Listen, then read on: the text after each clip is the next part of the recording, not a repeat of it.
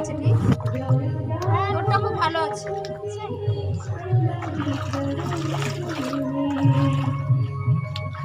কিন্তু সমুদ্রের ঢেউটা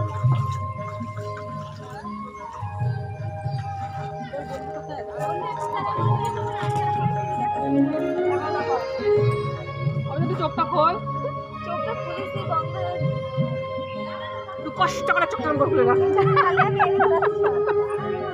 আমার ওদের বন্ধ হয়ে যাবে।